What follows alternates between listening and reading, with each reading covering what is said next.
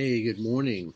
And we're looking at First Peter chapter number 1 and looking at the aspect of our inheritance that is given to us. And of course, that which we're born again into, I believe, as we look at inheritance, something that's given to us. Now, we saw incorruptible yesterday, and of course, not be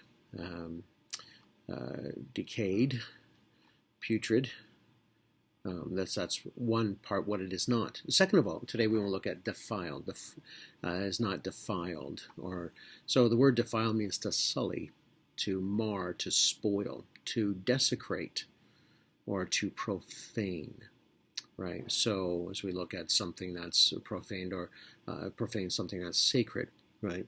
Or to violate. So this inheritance, as Peter has spoken about, is we see, not, again, as I mentioned yesterday just briefly, it's not about something that is not what it is, but it's something that is not. So it's incorruptible.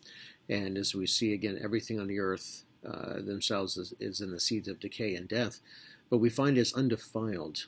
And we find that it, again, not sullied, not marred or spoiled, desecrated, or profane, or being able to be profaned.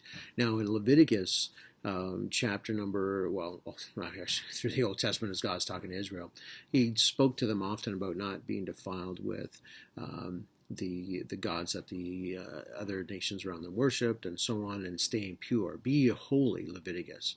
Be holy as I, the Lord your God, am holy. Peter talks about that as well, that they are to be holy. They're to be sacred. Okay. Now, we can associate holy, and if we're not careful, we'll look at it as being perfect. It's when we think of perfection, meaning sinlessness, that we know cannot be attained until we get to heaven. Okay. So he's not talking about sinlessness in that regard, or being holy in that regard. Holy means something that is sacred, set aside for a specific use or a special use, sacred in that regard, right? So as we look at this matter of being this inheritance that's undefiled, means that there's nothing that can soil that. There's nothing that can sully that or mar that inheritance. And so we're looking at all the things that it is not, which is wonderful. And again, to be reminded that this special thing, this inheritance that's reserved for us, wonderful, wonderful thing.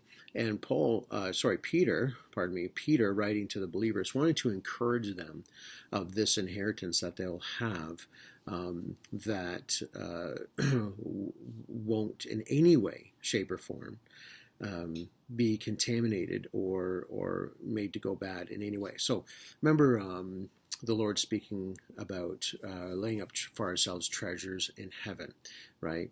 Well, a few things. Descriptions to where neither moth nor rust doth corrupt, where thieves break through to steal, right? So as we look at treasures on the earth, they can be defiled, right? Gold, any sort of precious metal, has contaminants in it, has things that are impurities in it, right? So it's got to be melted down. The dross has got to be taken off. The impurities got to be taken off, and then you've got the pure product, right? So even Jesus talks about the things in heaven, what we can reserve. Well, there's no way for it to be defiled in heaven. And so this inheritance that we'll receive, I believe there will be so much that we will be learning when we get and stand before the Lord in His presence, that we can't even, I don't believe, begin to comprehend even now, as we think of all that it'll be. So as we look at this inheritance, first of all, it's incorruptible, which means it cannot decay. It's undefiled, which it cannot be sullied, marred, or spoiled. It cannot be desecrated or be profaned. It is absolutely wonderful.